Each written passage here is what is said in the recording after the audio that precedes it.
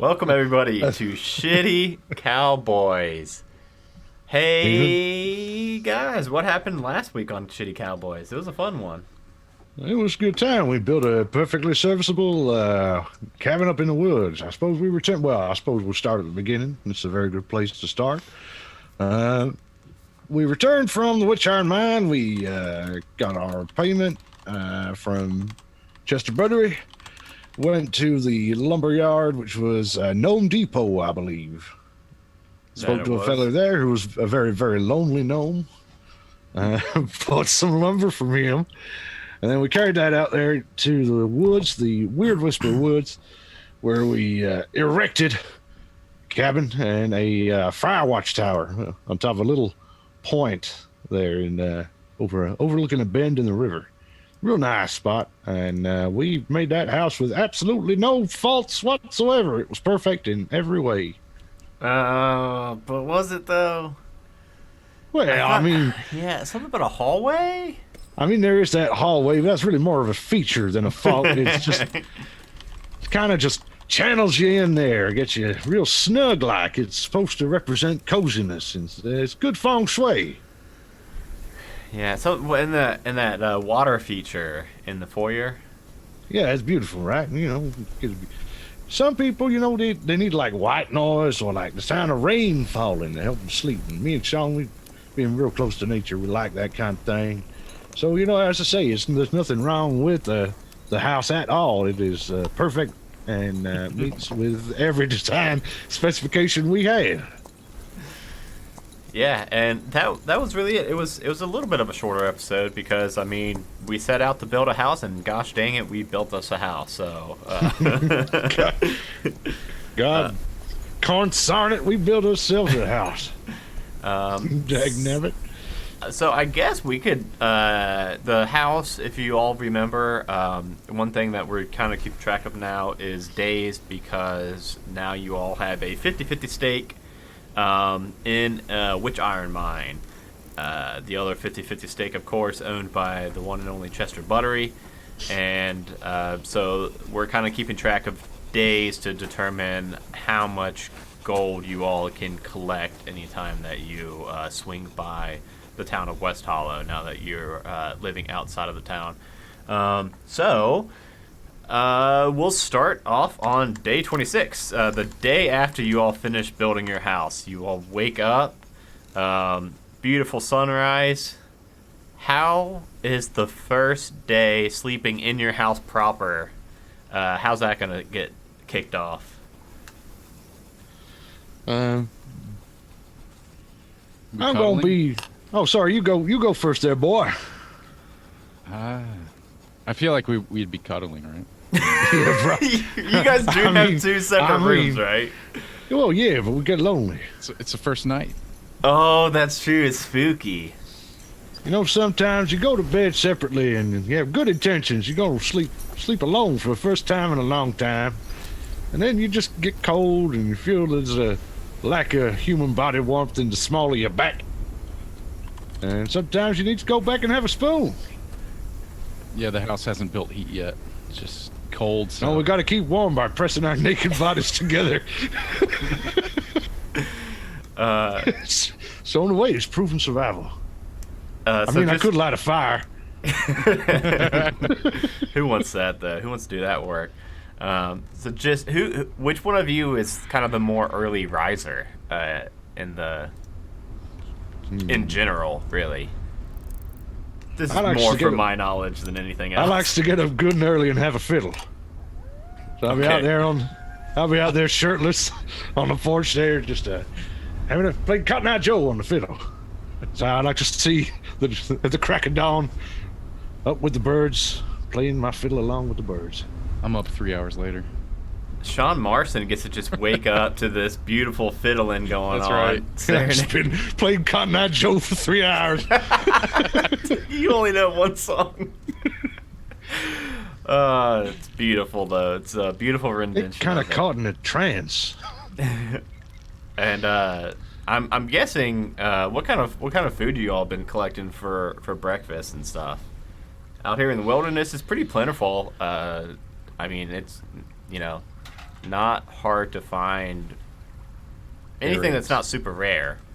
Well, I mean, they can go looking for bear eggs, or there'll be wild boar out there in razorbacks and that. We can just harvest little bits of bacon, like I said before. We just cut a little bit of bacon off the belly of the boar, and you let him go away, and it grows back. That's Mama Nature's sustainable bacon. I forgot about the regenerative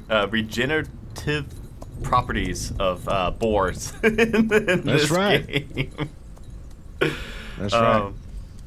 So after you all have this 3-hour Cotton Eye Joe concert for the one and only Sean Marston, and have some bacon and bear eggs, what would you two like to do today? It's probably kind of weird because you guys have almost spent a full month with something to do, building this thing, and now it's built. Well, I ain't never been a gentleman of leisure. Kind of want to work for a living, I suppose. And there's always things that we can do around the place, make it better. I was looking at maybe getting some kind of sanding stones up in the tower. Or, Good idea. what else?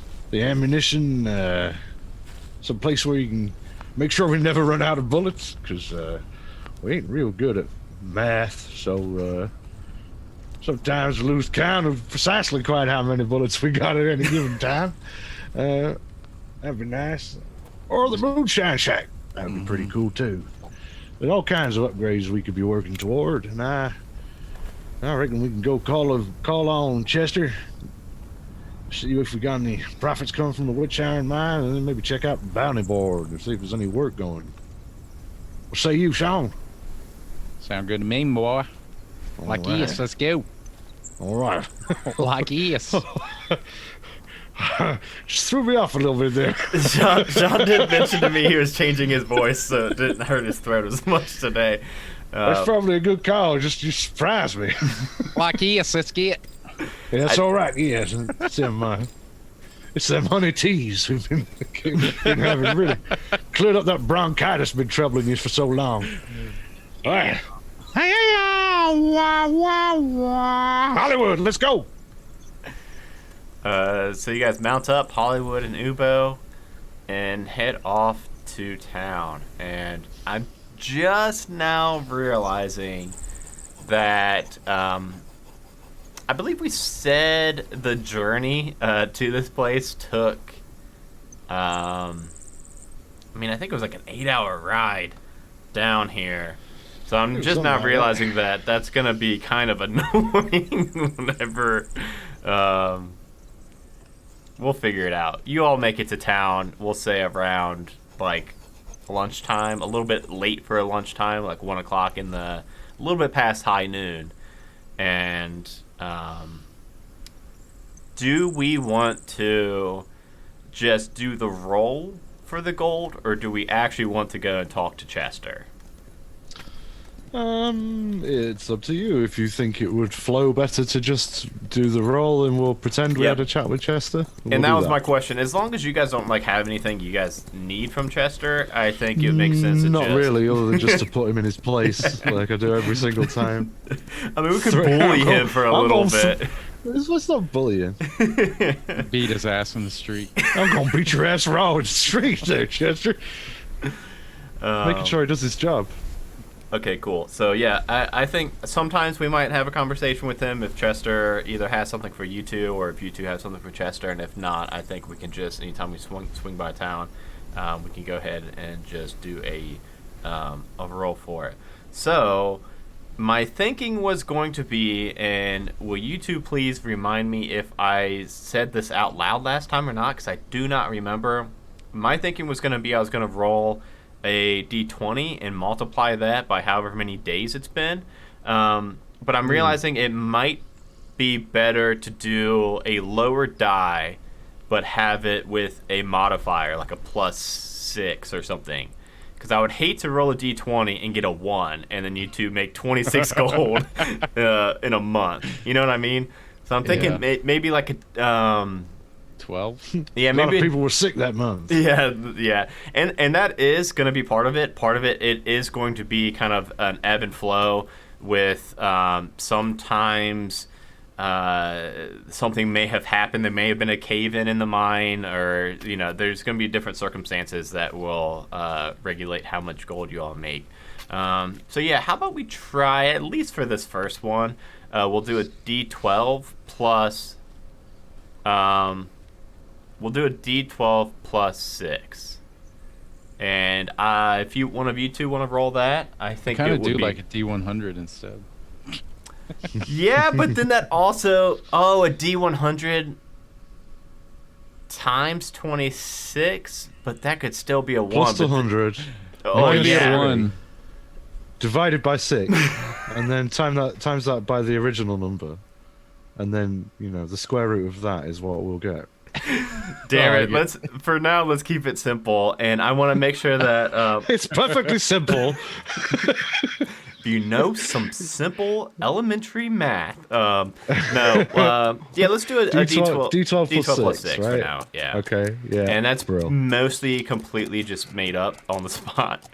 8. Okay, and of course we all know that 8 times 26 equals. Where'd that go? It's pulling up somewhere. 208. So you two will collect a total of 208 gold, just for swinging by, which is pretty, not too bad. So I guess 104 gold each.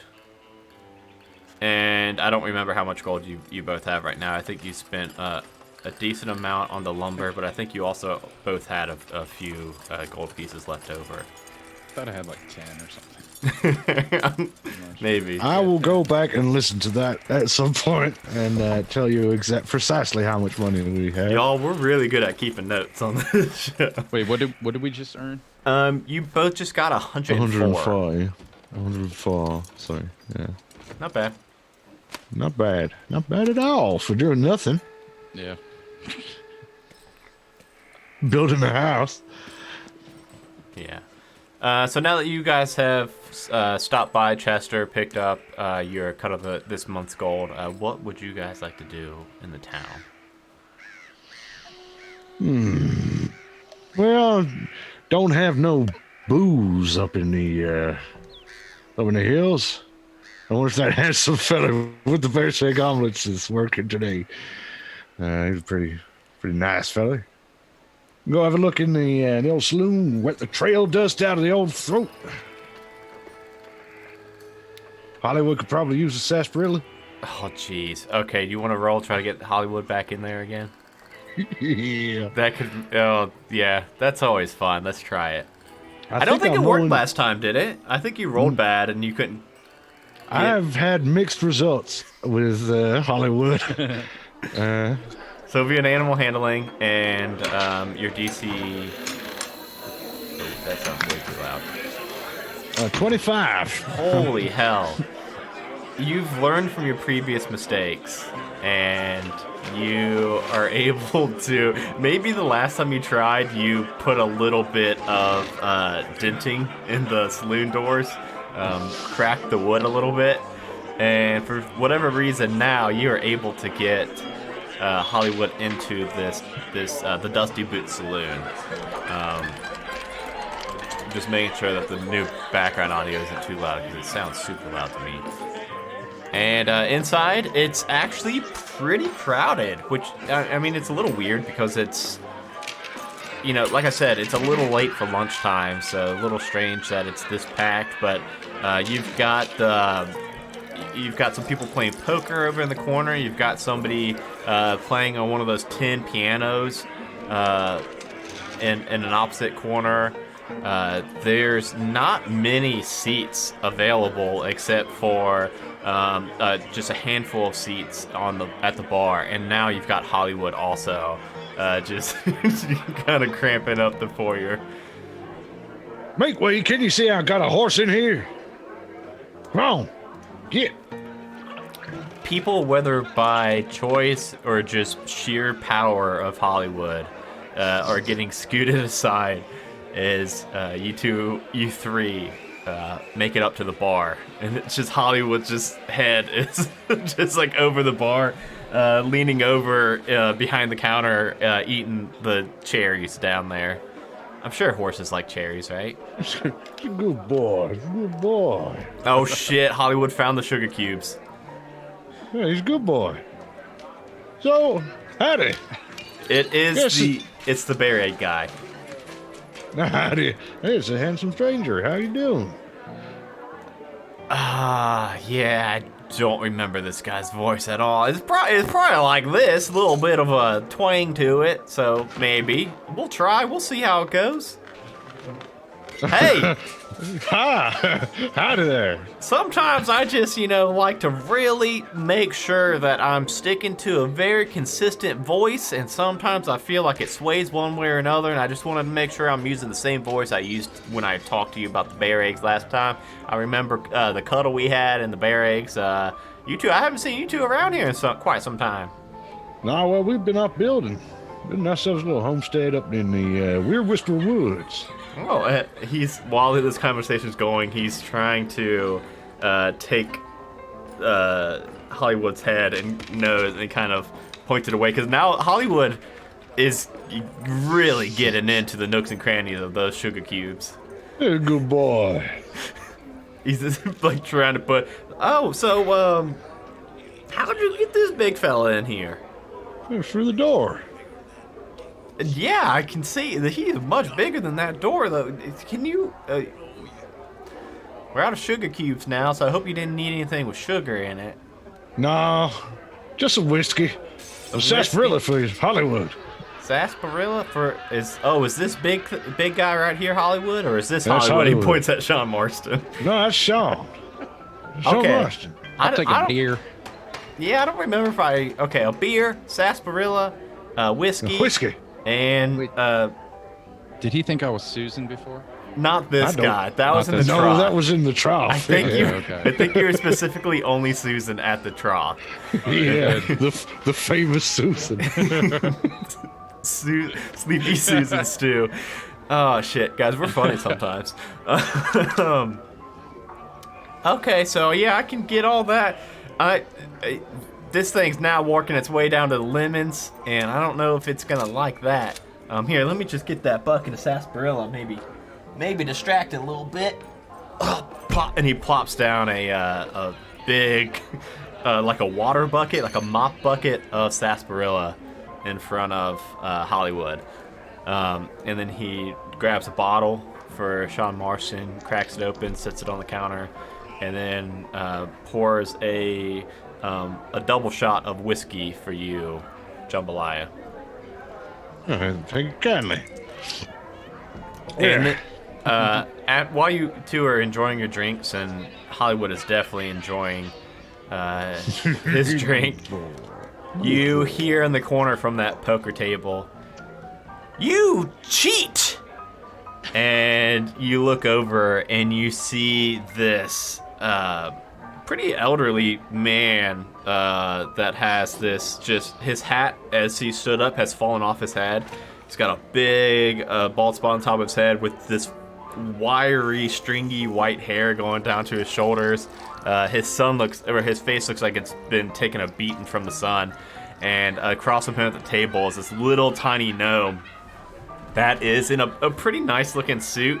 Kind of like, it looks like a modern day magician suit. And he says, "No, I wasn't cheating. It was just luck of the draw." And you can see beads of sweat going down his face. And as soon as he scoots back from the table and puts his hands up, a couple cards fall out of his sleeves. And then, as if on cue, all hell just breaks loose. You see the guy with the wiry hair grab him up by the collar and throws the first punch.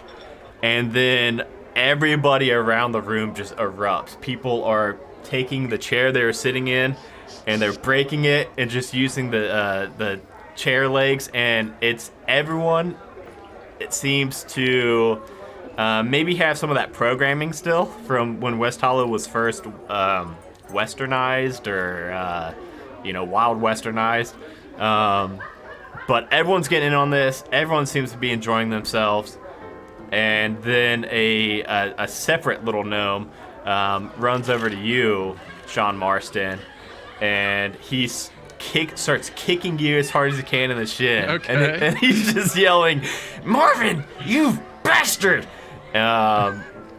So, real quick, does an 11 hit you, Sean Marston?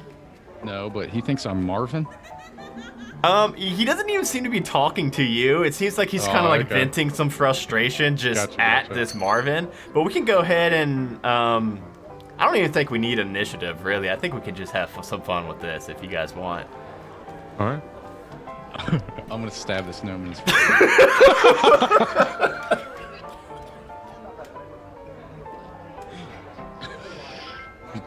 He's a goner. That's quite the escalation.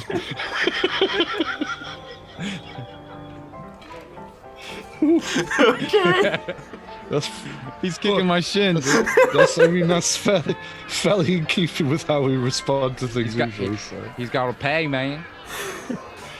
Oh, God. Oh, my. Oh, Good roll. Yeah, I'm rolling it. 18, 5 points of damage. Okay. Oh. Lay his scalp open. Yeah. With a bottle. How about that? Oh, yeah. Break your beer bottle. And That's a little bit not as bad. okay, so what we'll do for that... Oh, okay, well, it was... Just stab him in the face. So how we'll do that, a little bit different is... it's actually still a D4.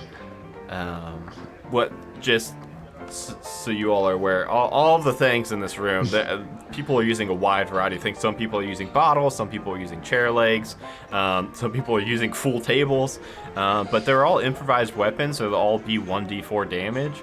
And your dagger was a d4, but it was also plus your proficiency. But since you're using your bottle now, we'll just take the 2 instead of the 5. So that will be 2 points of damage as you smash. Are you gonna smash a bottle on the counter and then stab him in the face? That's right. Okay. Jambalaya, what are you doing? I'm Hollywood is just still head deep in this mop bucket of sarsaparilla. I am gonna mount Hollywood. Oh, God. This is why I was so excited for you to bring Hollywood in here.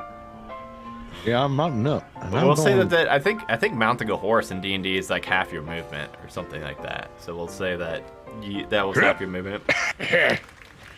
Hollywood, let's go. And then we'll try and make him just like trample around the inside of the saloon. Roll. Time somebody brought some law and order to this situation. Roll an animal handling check for that. Let's see if I can convince him to get his head out of the bucket of yeah, sarsaparilla. I think that's what most of this check is gonna be. A 7. Oh no. Oh no! You mount up and you're like trying to kick him into action, and he's just sitting there, head deep in that bucket, just paying you no attention at all. Dang ordinary old mole! Come on. You look over and you see a woman that has a metal arm, and she takes her metal arm off, and there are these 2 other gentlemen fighting, and she's just like hitting both of them with that metal arm now. The gnome that was kicking at Sean Marston has fled and has left the saloon, bleeding pretty badly. And then a dwarf with this big, enormous mustache jumps onto a chandelier from a table, gets a big running leap, and I'm going to roll for it and see if this works as I was thinking. Whoa, wow, a 19. Yes. Jumps, swings from the chandelier, and I almost called you Silas. Jambalaya. Yeah, that's a different show. He kicks you maybe off of Hollywood. I'll let you roll a strength saving throw to see if you're able to hold on. Okay. If I beat him, can I do a reversal? Yeah. Oh man, 21. Okay, yeah. What's this look like? So when he comes swinging in to like double kick me in the chin, I grab him by the waist and just power bomb him off the side of my horse onto the floor.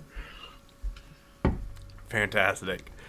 All right, we'll go back up to Sean Marston now. Sean Marston, people have seen you stab that gnome now, and they're giving you a little bit of a wide berth right now.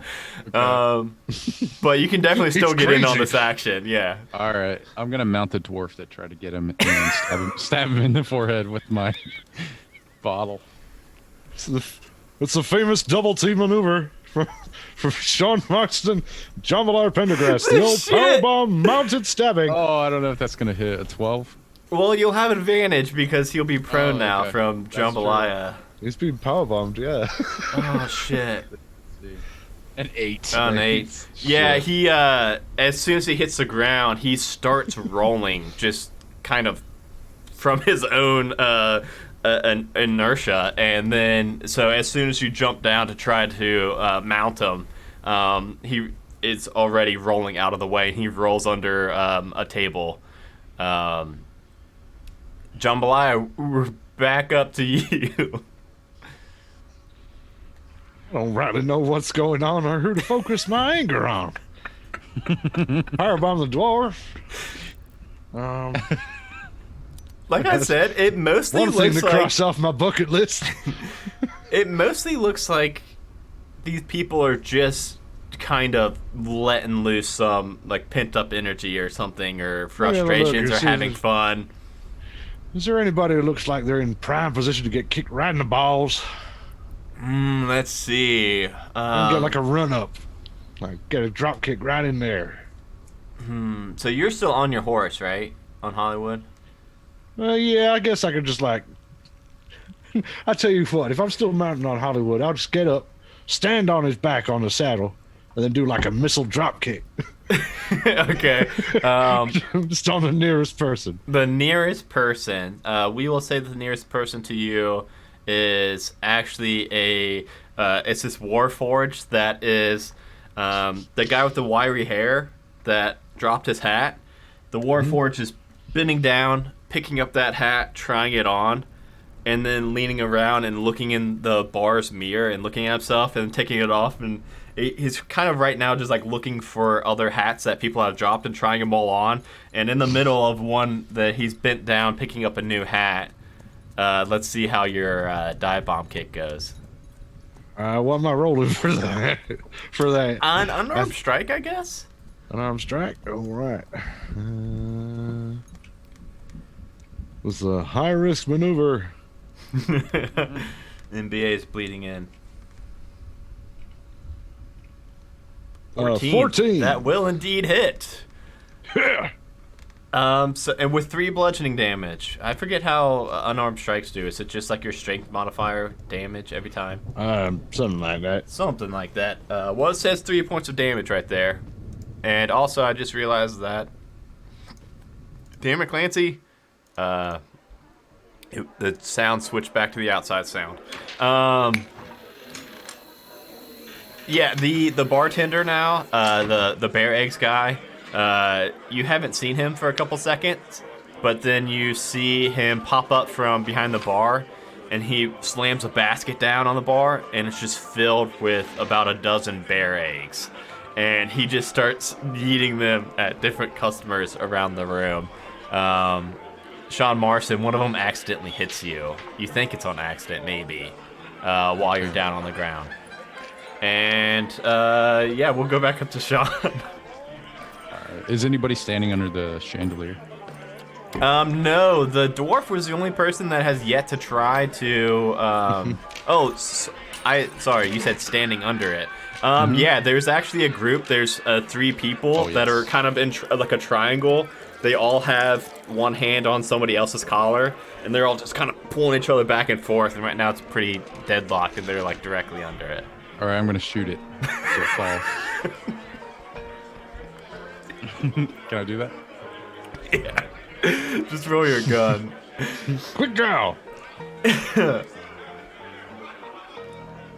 20. 20. Yeah, you... Let me roll this. Let's see. I think probably 2d6 damage. I'm gonna roll 2d6 damage from the chandelier falling on them. And 7. Okay. I was gonna see if it was gonna be enough to actually knock them unconscious in one go. It doesn't. So as soon as it falls on them, collapses on them, knocks all 3 of them to the ground, and they are all looking. Some of the glass from the chandelier has now broken off and cut them up pretty good, and they've got some pretty gnarly bruises and bumps on them. But they are still conscious. They're still like laying there, all 3 just like in a 3-way fight. Jambalaya. I don't know. I'm pretty sure if a chandelier fell on me, all the fight would just go right out of me. I don't think I've been laying there with my spleen punctured or whatever, just still flailing around trying to fight the fellow next to me. These guys are clearly something's quite wrong. You think it's probably, you know, everybody complained about when Quick Clank McCrank, you know, was around the town and had these scheduled bar fights and stuff. But deep down, it's starting to look like these people are kind of missing it. All right. Well, I know there's an upstairs to this here place. I'm gonna try and bull my way through the crowd and run up the stairs there if I can. Would that be using all of my movement? Yep. And then I want to try and lasso somebody from the upper floors and like hoist them up. So they're just, no, so they're hanging, just so they're like tied up like around the waist. Like funny, yeah. Yeah. Okay. Yeah, do your lasso. This will be the dwarf that Sean Marston, that tackled Sean Marston, or Sean Marston tackled it. This will be, 12. That's going to hit. A 12 will hit. He has stood back up on a table now. And he looks up, and it's right when Sean Marston shot the chandelier down. He was sitting on a table nearby. He was going to try again for his patented chandelier attack. And he just looks a little dejected at Sean Marston shooting down the chandelier. Just as you lasso him up, and he starts to swing and dangle right under the balcony. And at that moment, while he's dangling, Chester Buttery comes in, and he's got an actual like shotgun, not just like a hunting rifle, but like an actual big slug shotgun, and he shoots it in the air. And, okay, now everybody, calm down, And about time you showed your face around here, Chester. Looking around, Hollywood is still has his head in the mop bucket again of sarsaparilla. Sean Marston is, I guess you just shot the chandelier down. We've got Jambalaya dangling somebody from the balcony, and just everyone instantly stops. The guy behind the bar throws one more bear egg before everything kind of calms down. And then everybody just, like in unison, starts to stand up and like pick the chairs back up and start just kind of cleaning the place up. That's right, that's what I thought. Oh, it's you two again. That's right. It's us two again. I've got some paperwork. I'll be in my office. You two. It's all right. Well, we was here doing your job for you, trying to restore order here. Yeah, it looks like it. Well, I was using the utmost restraint, literally. And I just let go of the lasso and the dwarf drops. Smashes into a table that people had just picked up. Okay, well, you two have fun. And if you need me, I'll be over at the sheriff's office. I will be sure to not need you.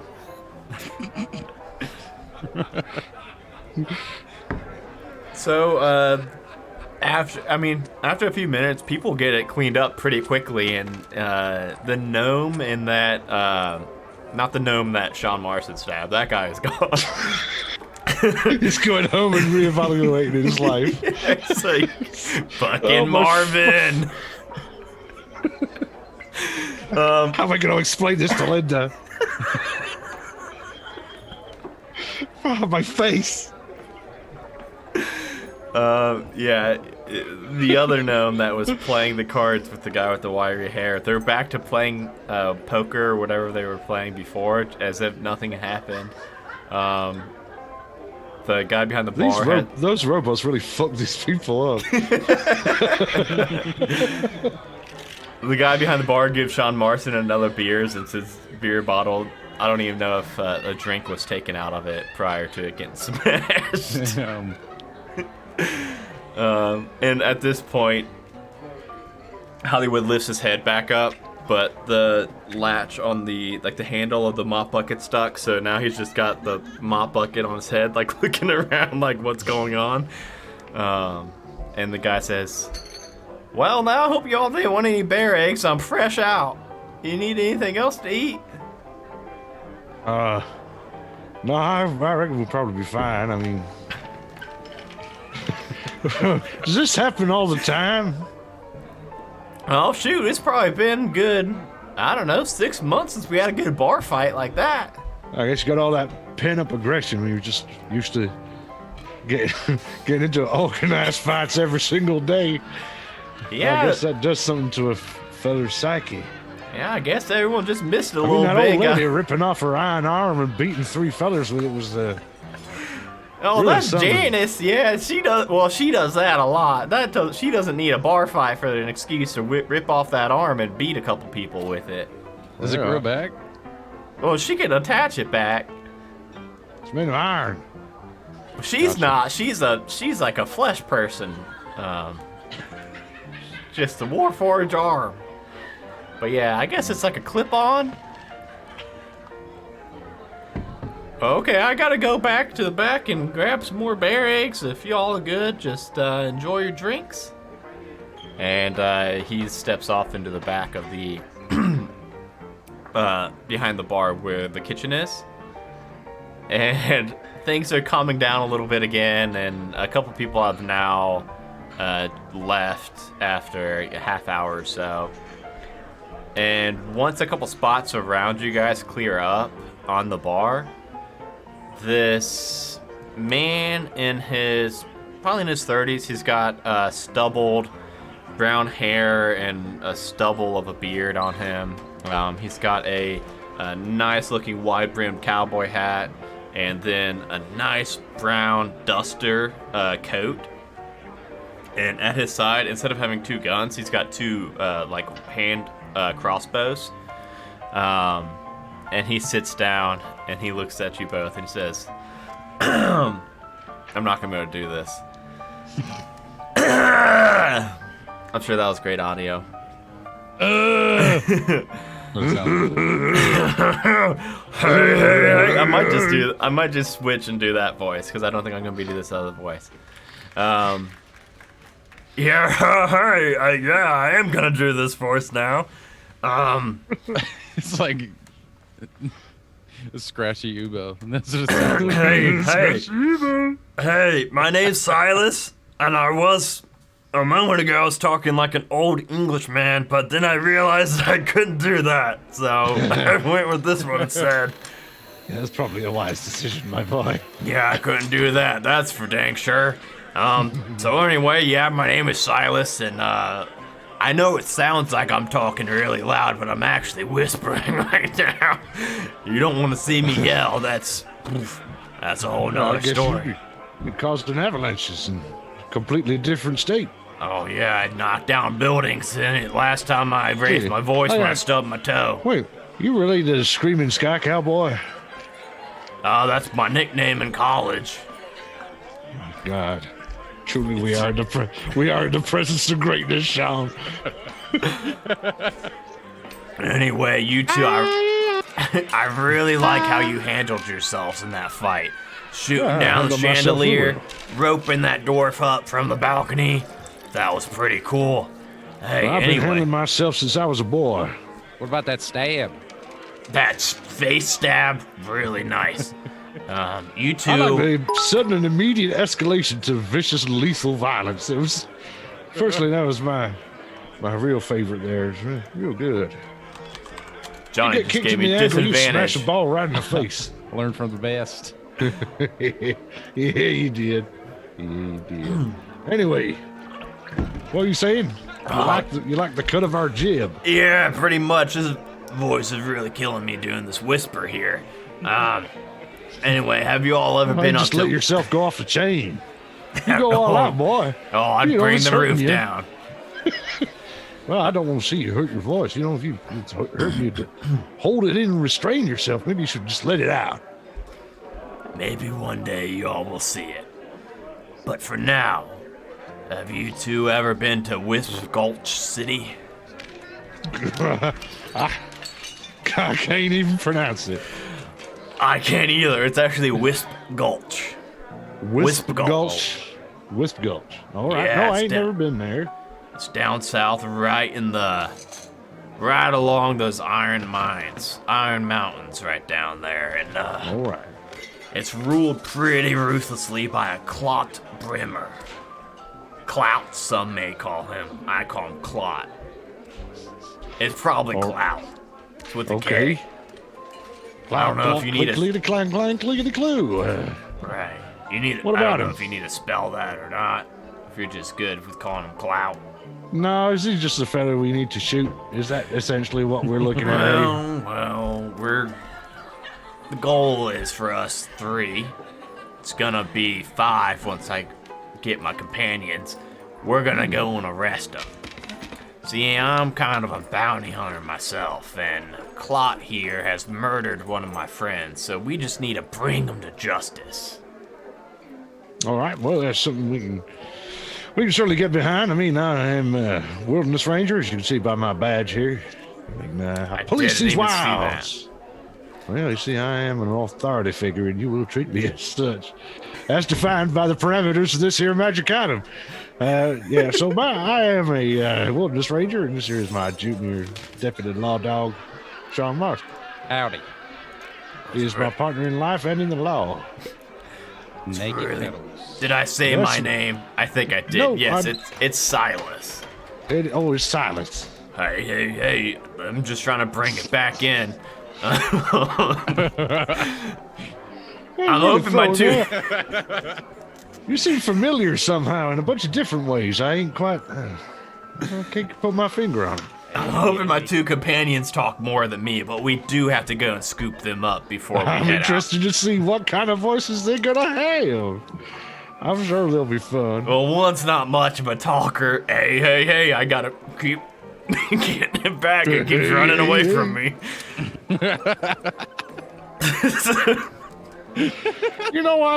Something about your story just ain't adding up there, Mr. Silas.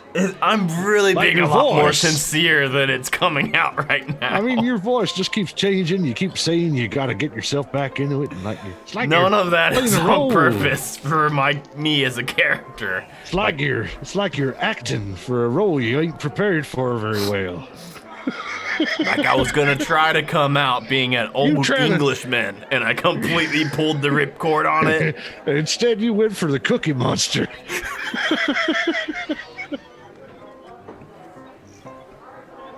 It was certainly an interesting artistic choice.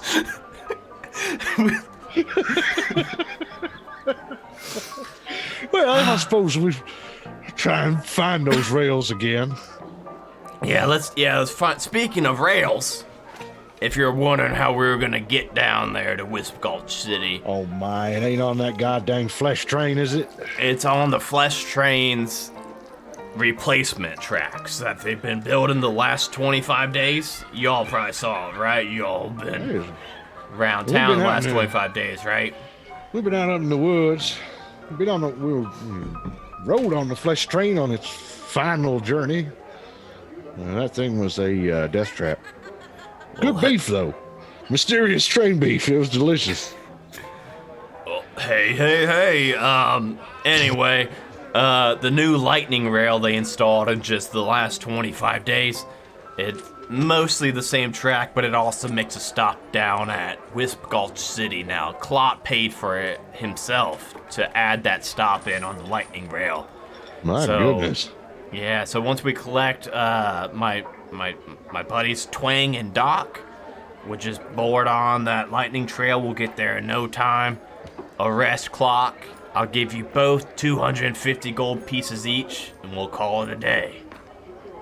Is it a meat train again? No, it's not a meat train. It's a big metal train now. They realized that the meat train had a mind of its own and was very vulnerable to the sun, the elements, Smelled pretty bad. There was nothing good about it. Nobody knows where that train came from. I'm Someone pretty sure named that Alex. thing was like 90% melanoma. Yeah, someone named Alex decided to create it. Had sphincters all over it. You don't need to tell us. This is a sphincter-free metal train. Wow, Lightning that rail. is one of the innovations of their science. Yeah. Will wonders never cease. But All right, so what about these Twang and Dot? What can you tell us about them? well, What are we looking for? Well, Twang is. Twang's actually in town, so we can go scoop him up real quick. We'll have to journey a little bit to get Doc, but it shouldn't be too long. But if y'all are done with your drinks here, we can go to the stables where Twang's hanging out, and we can go scoop him up. All right, well, I ain't got nothing better to do. Sound good to me. Oh, Jesus. Cheese and crackers. That is doing a number. Unfortunately, Peas and rice. as you all are approaching the stables, you hear, coming from the stables, what sounds like dueling banjos. It sounds like just two people that are in like this fierce back and forth banjo duet. And after you all approach, who can whistle for me and make it look like I'm whistling? Oh, me. Can you? I can whistle like a little bit, but not very good. There we go. That was all me, everybody. Was the whistle so perfect that it cut the audio out? It you did hear sound like that? it cut it a little bit. You got to do it again. I don't know if you're doing it and it's cutting it out, or if you're just not doing it. I know it's gone. It's gone. My lips are either too wet or too dry. I can't do it now. This is why I love that. If people listen to it as a podcast format, it gets some editing into it, and it's got some extra sound effects and stuff added into it, which is great.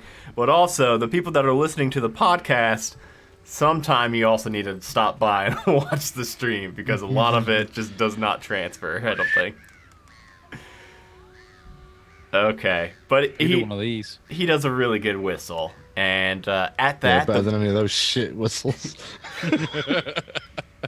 both the banjos just cut, and then you see a small feathery figure of a kinku step outside from underneath the loft of the stables, and it is eyeing you both warily under a wide-brimmed hat, and its hands are clutching a banjo, a very nice-looking banjo.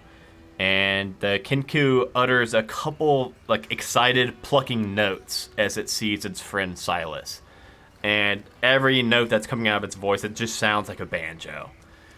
Which is very unfortunate, because now I can't switch to Banjo Boy's voice. And I've got to continue to talk.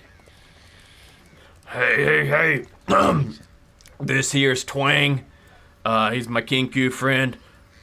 Just sounds like a banjo and likes to play the banjo. Hope that's cool with you. I hope you both like the banjo, because there's going to be a whole lot of it until we part ways. Jambalaya pulls his fiddle out from his bedroll and just sort of plucks a few notes alongside. The Absolutely kinku, fine by me. I love music.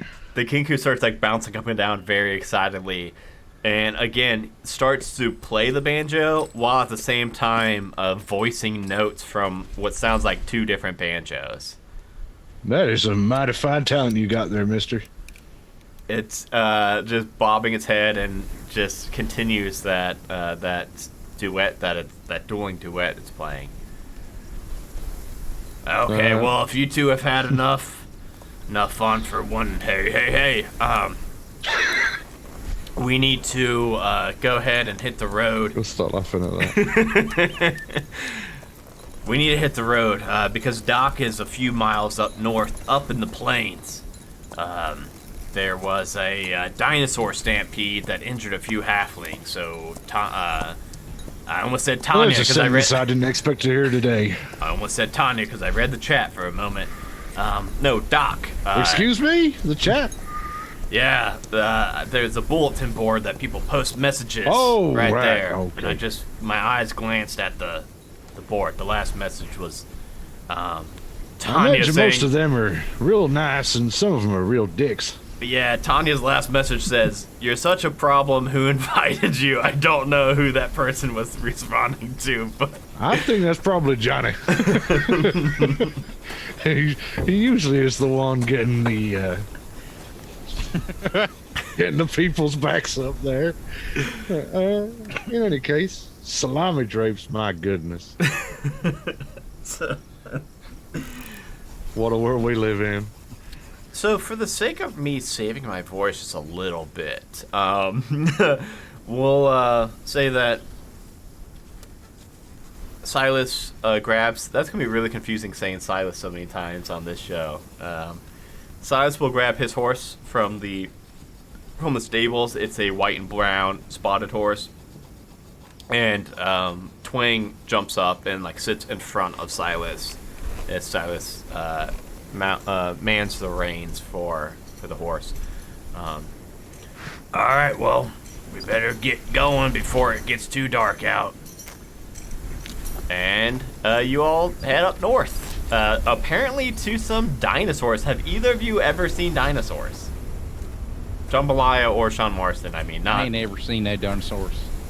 You know, sometimes when you've been around for a few years, you might see, sometimes what you might think is a cat is in fact a triceratops. Oh, I seen a cat. Well, cats ain't really like a triceratops. It's just some people think they is. Because the things they got in common is that they're very quiet. Real quiet. Now, triceratops is like 10 tons of rampaging lizard. And you would think that he would be very loud. But he's quiet. Real quiet. They got a real habit. They make themselves some slippers out of pine needles. Soft moss. They sticks them together on their clawed lizard feet. And they sneaks around, making no noise these ingenious creatures is triceratops. Like a cat. And also they eat mice. You might have heard they was herbivores. Just wrong. They sneak up and they wait outside the mouse hole. They just open their big lizard mouth. And they just pretend that they is a mouse hole. And the mouse just runs in.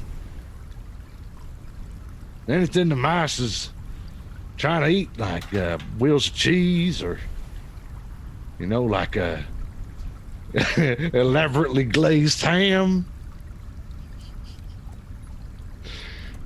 Sometimes there's a cat come looking for the mouse, and you know how they fight, and the cat will just be laid in the chair smoking a cigar while the mouse is stealing the cheese. Well, neither of them hears the triceratops come sneaking up with his mouse slippers and come eat up the whole house. So yeah, that's why triceratops is like a cat. Because they make pine tree slippers and eat mice. They look Yep. like a cat. No, they look like they got a I ain't real never big seen one. head. I don't know what it is. Well, it's like Explain. a lizard, but with bony horns on its face. It's like the size of a small house. Like yes. It's kind of like that, but it ain't furry.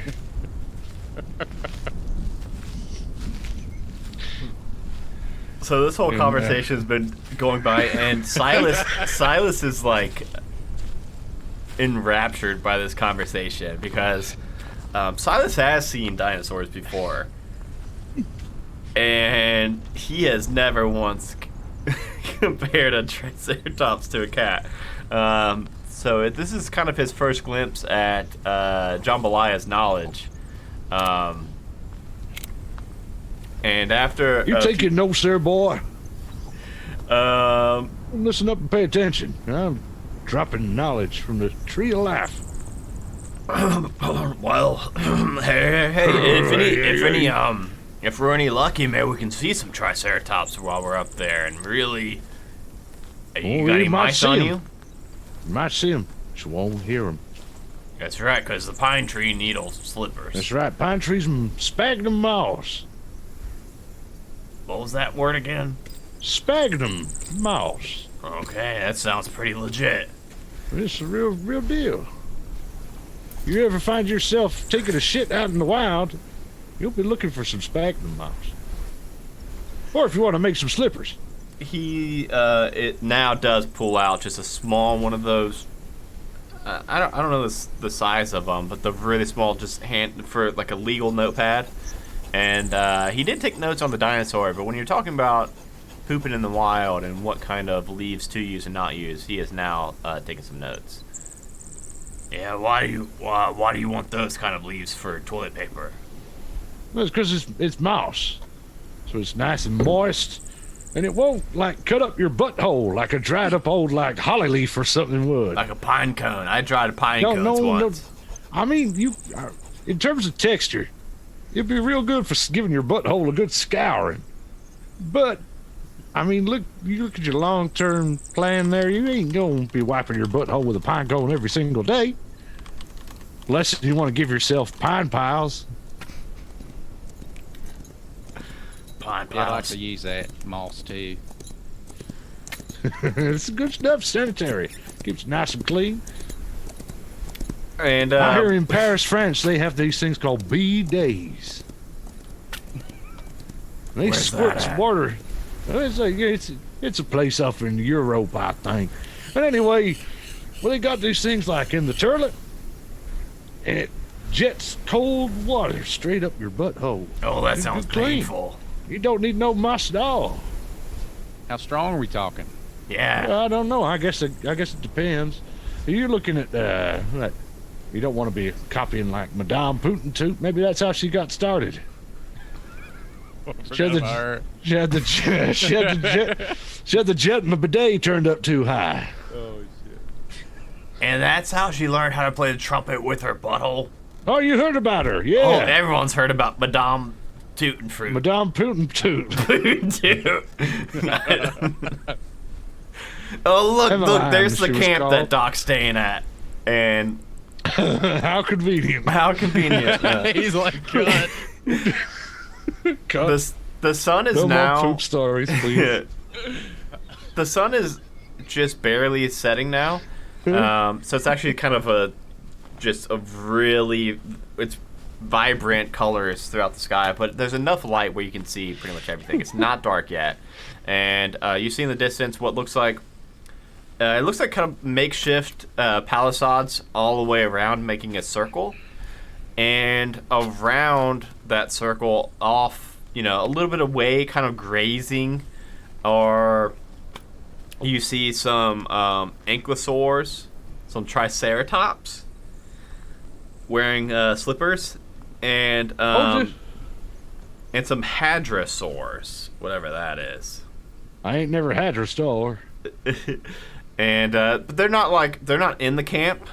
They are just kind of grazing around, eating little tufts from just the bare. Every once in a while, you see a couple trees kind of popped up in the plains, and a little bit some patches of grass that they're all chomping down on. But Silas will lead you all into the barricades around the town. Okay, so yeah, Doc, like I said, Doc here, he's a healer of sorts, and he found out that a couple of halflings got trampled in a stampede, so he came up here to see what he could do. Not really sure where he is, so if one of you two fine folk wouldn't mind yelling for him, because if I do, it's gonna bring these walls down. I'm still whispering. Remind me who I'm supposed to be yelling for again. Doc. I got... He just goes by Doc. Hey, Doc!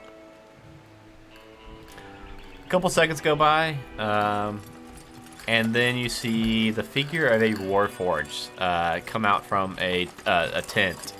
And they're dressed in a brown vest, collared shirt, but are bare from the waist down, but it's like a Ken doll down there. He's a bear from the waist down. That is not B-E-A-R. You mean he ain't not wearing no pants? Yes. Okay. I'm with you. He's got a pair of small, rounded spectacles perched on his noseless face somehow, giving him a really bookish look. And he comes over to you all, and I'm going to like doing this voice because I'm going to rely on my good old... Use your modulator. Yep, I sure as shit am after what I've been through tonight. Well, you got it. You might as well flaunt it. I don't know why you thought you could do an English accent, let alone an impression of me. Hey, Silas. Hey, Twang. Who you got here with you? I mean, no, sorry, wrong podcast. Oh, fuck. He asked Silas a question, didn't he? These are Sean Marston. Hey, I'm a bear. Sean Marston and John Bly of Pendergrass. They're here to help us with the clot situation. That's right. Oh, You tell him, fantastic. Sean. I'm just finishing up tending to the wounds of the previous stampede. Should it be more than maybe a half hour or so? If you all don't mind, we're just hanging out in town and waiting for me, and I should be done in just a minute.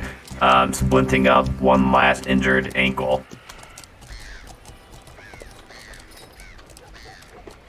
Alright, Hey, I don't know what you want to do. You want to see the face of a man who is regretting his life decisions? You want to be No, looking I at was that man? looking. Okay, again, you need to watch these streams because somebody just donated $10, and I guess you get to pick a gift to send when you donate money or something. Because all of a sudden, a big toilet just popped up on the screen, and I had and I'm looking at this big toilet, thinking, I was thinking, what is like? I was so confused. Shitty Cowboys. I was like, what's this big toilet? And then it said, shit. Oh no, I feel so bad. I forgot their name because I was so fucking preoccupied with the toilet. Out yourself with the toilet. Yes, thank you so much, whoever just donated. Yeah, thank you. Oh yeah, all that money goes back into these shows. So thank you so much. And if you couldn't tell, I mean, it's just top-notch quality you get here, like superb voice acting. Alright, you guys want to play like? Yeah. I mean, don't fucking drag all of us down with you. I feel like it's kind of like a group, like a group thing, right? Yeah, man, we're all pulling in the same direction. Right, yeah, mostly. all going, all the same exact level of voice. Just voice is situation, right? Certainly, I think. yeah, that's right. Yeah. So, what do you guys want to do here for apparently a half hour? Well, I mean, I guess I kind of want to pet the ankylosaur. Okay, they are outside of the village, but certainly within reach, unless they spook easy. Who knows? So are we just gonna go play with some dinosaurs? Well, I don't know what else there is to do, really. I mean, There's not much. yeah, we'll go play with the dinosaurs then. What's an ankylosaur look like? It's kind of like an armadillo, but like With big like a tail. lizard armadillo, like reptile, big beefy thing. Sean, you probably watched a lot of the Jurassic Park Netflix show. Nope. Oh, really? Liam and Chase watch it all the time. Yeah. I'll get you a picture of one, boy. Okay, yeah, he'll send you a picture. I of one. got it. I got it. They're I see pretty. where you got one. They're pretty. Okay. As far as I know, You're gonna pet that thing? they're I mean, They're I think they're pretty cool. chill. I mean, when I was out of character, when I was a little boy, I had a little rubber ankylosaur that changed color when it got hot. I got it from the museum when I was a little kid. It was like one of my prized possessions. So yeah, I love ankylosaurs. Cool. Jambalaya, just he's an expert on ankylosaurs. They're real nice. Eat a lot of berries. Not like the Triceratops. You can't turn your back on Triceratops. Don't ever do it, because they sneak up on you and they'll eat you. They'll eat people too? Oh, yeah. Oh, yeah. When they're feeling brave, they'll come for you. I thought they only ate veggies and That's mice. what they want you to think. You see one running through the scrub when he'd been on a killing spree with 6 feathers on each horn, like kebabs. They wait until they ferment in the sun, and then they scrape them off against a tree and eat them. I seen it. Killer Triceratopses. You think they're all placid, nice. You should get on the wrong side of one. We're getting the wrong side of the hunting season. The Triceratops. They'll get you. As you two are heading out to leave the walled-in section of the village. I say village, but this is a like a nomadic population. These halflings, these walls are able to be broken down and made into like sleds that they can attach to harnesses, and the dinosaurs can drag. This entire town could be broken down and put onto these sleds, so they can kind of roam around, and they just, herd these dinosaurs just like cowboys do. They're pretty much halfling dinosaur cowboys. It's actually pretty badass. But as you two are both heading outside of the walled-in area, you hear this ground-shaking rumbling start to build. And then you start to hear panicked cries in the distance. Oh no, not again! And I think that's I'm sure that's nothing we need to worry about. No, definitely not. And I think because I don't think we'd have enough time to finish this next scene that's about to happen. You've got an action-packed evening for yourself planned, haven't you? So, yep, I believe this will be a very good cliffhanger stopping spot and give us time to plug some stuff.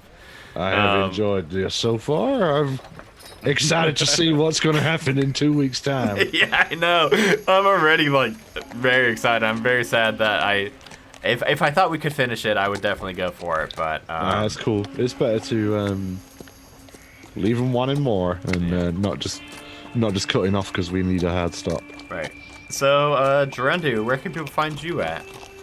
You can find me crying into my cereal every morning. No, you can find me all over the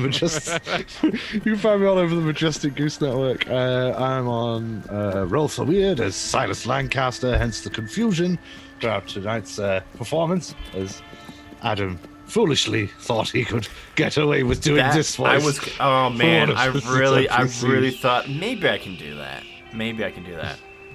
I can give you some coaching. I can't fucking, if right now, if I'm gonna just try to say, give me a line to say. Filbert, my dear boy. Filbert, my dear. I can't even fucking start it. You need some gravel in your voice, my dear. Filbert, my dear boy. No, I'm just doing the fucking. I'm just doing. I don't have emphysema. I don't do have it. emphysema. I'm glad I bailed on that. It's more. Yes. In the adventure, you see the elderly voice. It sort of rambles along in the back of the throat there. In the adventure, his name is Silas. I was like, it would be funny if I make it sound like Silas from Roll It would have been funny, but I'm afraid that was one step beyond. But yeah, you can find me there as Silas Lancaster. You can find me here, Jambalaya Pendergrass, every other Wednesday when it ain't a shitty Cowboys podcast drop. You can find me as Gerundu. Hello, I'm Gerundu. On Dice Talk, co-hosted with the beautiful, the talented Jeremy Fair. And you can also find me every Monday night live at 5 p.m. Eastern, 10 p.m. GMT as Flex Gristle on the Modrus Bloodsport Association with Adam Deweese as my broadcasting partner, Razor Murder. And Sean, where can people find you at? Nowhere. You can't. He's a ghost. He's a man from nowhere. Don't find me. Some say he just materializes in the recording. You can find my there. Twitter, but that's it. And Yeah, I've got a Stay couple the things. fuck away from Sean. I've got a couple things I want to Congrats. plug. One of which Sean's on is my first ever homebrew campaign, Halfway to Heroes. We are about to tonight record the penultimate episode. I believe. I don't know. We'll see what happens tonight and the next one. But I believe this is going to be the penultimate episode, and the finale will be the next time we record. Very sad about that, but also very excited for the next campaign we're about to kick off after which. So if you have not yet listened to Halfway to Heroes, definitely suggest checking that out. And then two big things that I need to plug are, one is my brand new show. It is my current baby, and that is Lore and Pour. Sean's idea, actually, initially. Because he was fucking Big brain. because you were fucking making fun of my other show. I was gonna do a show called Lore and Snore, which is now gonna be a Patreon exclusive. So if you're not a Patreon, you can sign up for as low as $1. I really was just totally spitballing. Adam's like, wait a second. Yeah, wait a second. You're fucking onto something. And I didn't think NBA happened. that's how NBA happens too. That's how Exactly all the of our same shit story. happens. Somebody throws out an idea and it fucking snowballs. But so what Lore and Pour is it is drunk history meets D&D lore, where I bring on a guest. They don't get their topic until 30 minutes before we hit record, and then they get 30 minutes to like study while myself and them both drink a lot. And then we hit record and we treat it as if they are the absolute expert on the field. And they, whatever they say goes. So we've got 2 episodes out right now. It's gonna be, I think, a bi-weekly show. But right now, for the month of February, for its launch, we're gonna go weekly. Which means that this coming Monday, Jeremy Fair's episode will come out. Jeremy talked about Tarask. Sean got to talk about Illithid for the debut episode since it was his idea. Dustin and Johnny had a duo episode, which was a lot of fun on the astral plane. And then after Jeremy's episode, the one and only Gerundu over there gives you a tour guided tour of the 9 hells, which is a lot of fun. It's a lot different than the other ones, and it's very cool. When's Brittany's? Just refuse to conform to whatever format Well, has been that agreed and I upon. gave you like 9 topics. You did give me 9 topics, yeah. Brittany should be after that. My wife Brittany's on that episode talking about dragons. Tim I Lanning's can't on. wait to hear that. Tim I cannot Lanning? wait to hear that. Tim Lanning was on the episode talking three. about the Gith, and then I'm a big fan of Tim, don't get me wrong, but I cannot wait to hear Britt. yeah, I know. I'm gonna put it on Patreon very soon. I've got it ready, and I was gonna put it on Patreon. And then I was like I don't want to dump too much stuff too early, so I'm like waiting. And I am gonna put it early on Patreon, but not yet. And then this coming Thursday, I'm recording an episode with Bianca from the Broadswords, and then I've got after that it's gonna be Ted from the Nerd Asylum, or not the Nerd Asylum, sorry, Nerd Immersion. I've got some other people that are lined up for guests. Very excited where this show's gonna go. So go check that out. And second show that also launched this week is a very big week for the Majestic Goose Network. We also rebranded One Shot Onslaught, which was pretty big. And then Eclipse podcast launch, which is like sci-fi thriller, D&D in space. It is GM'd by Jeremy Fair, of course. And I'm a player in that one as a Mind Flayer.